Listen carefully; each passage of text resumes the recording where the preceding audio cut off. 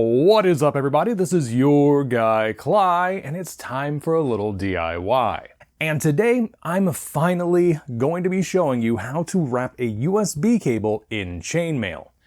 And yes, for the duration of this video, I will be referring to it as chainmail instead of mail, because that's the term most people are going to be familiar with thanks to pop culture. And I know at least a few of the people that clicked on this video are wondering why the heck I even want to wrap a USB cable in chainmail. And well, there's actually a few reasons, with the first and most important being because I can. Really, I mean, what other motivation does there need to be?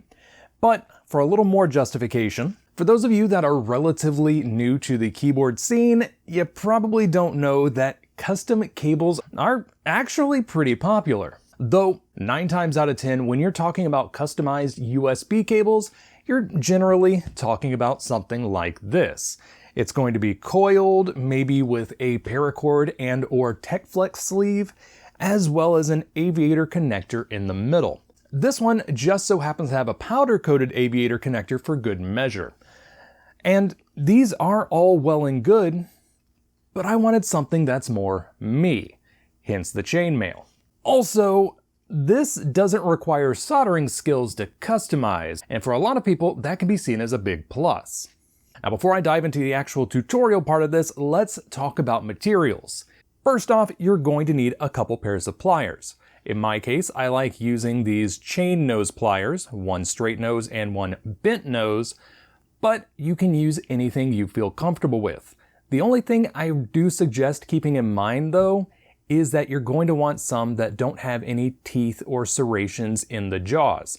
That way you're not going to be leaving tool marks on your links. Next, you're going to need a USB cable. Surprise, surprise. In the case of my original, I used a little 3-foot long black USB cable, and I found this to be the ideal length for my level of patience. You can go longer if you want, though. However, I have found that 3-foot long black USB cables have gotten pretty hard to find, at least at my local dollar store. I did manage to find a black 6-foot long cable, and while that would be great for this project, I don't wanna. Plus, this is spoken for another DIY video I'm working on. So instead, I'm gonna be using this little 3-foot long glow-in-the-dark USB cable. Admittedly, I have no idea if I'm gonna like how this will turn out, so there's a high likelihood that the cable you saw in the thumbnail was the original. Last but not least, we're going to need our links. For this project, I'm going to be using 2 different sizes of links.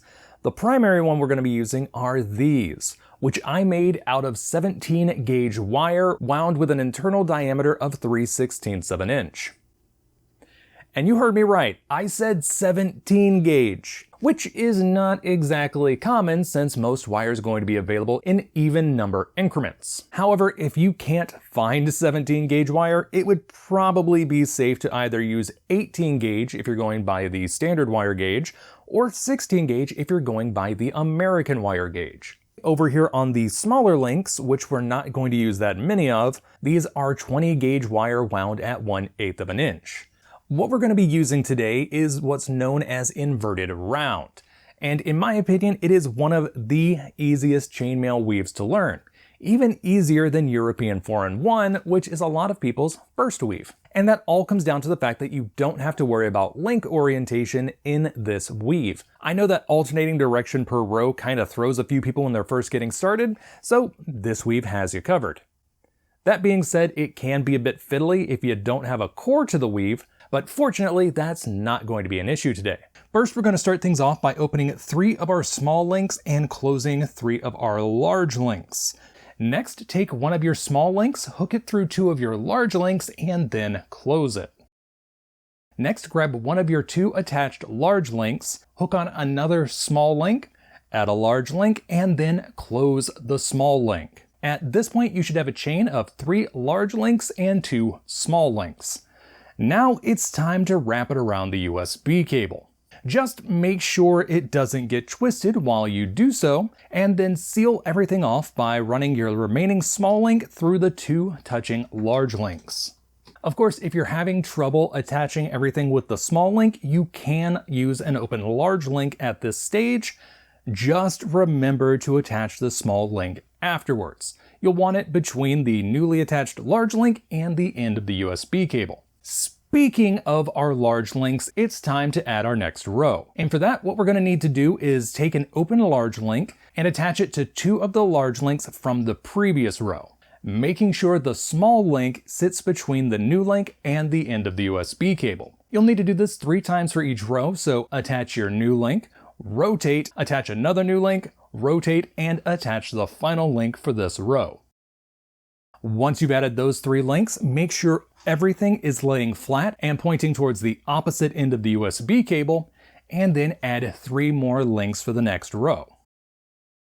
And once you've finished that row, make sure everything is laying flat and pointing towards the opposite end of the USB cable, and do it again. Unlike with European 4-in-1, you don't have to worry about alternating direction of rows, so we're just going to be doing this the entire way down the USB cable until we get to the final row. So I'll see you shortly. Now, before I get to the final row, I did just want to take a moment to show you how rigid this weave is going to end up being. As you can see, the USB cable really wants to return to its original tight coil, but the chainmail sleeve is keeping it from doing that. Now, back to the weaving.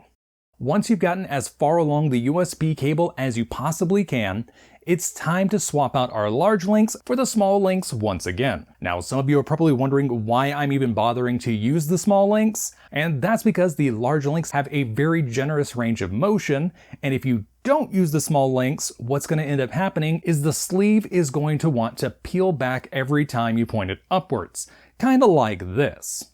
On the flip side, the small links keep that from happening on the other end of the USB cable, so you'll definitely want to use them if you have access to them. Once again, we're going to need to make sure everything is laying flat, and then take one of the open small links, pass it through 2 of the touching large links, and close it. And then do this 2 more times. It really doesn't matter how the new links lay because they're going to be free floating, but they're going to keep everything nice and tight, and you don't have to worry about things unraveling. And there you have a pretty simple way to wrap a USB cable using chainmail. Not only is this an easy chainmail weave to use, but it's a nice way to add a unique flair to your USB cable without having to cut things apart and solder them back together like you would with a paracord wrap, adding an aviator connector, and things like that. And as an added bonus, this is a much simpler weave to use than the European 4-in-1 that most people start with. Also, I gotta admit, the translucent glow-in-the-dark cable really grew on me while I was working on this. So you're more than likely going to see this in the thumbnail. My only real complaint about this cable is how disappointing the glow is. Even with a pretty potent black light, I can really only get the tips to fluoresce.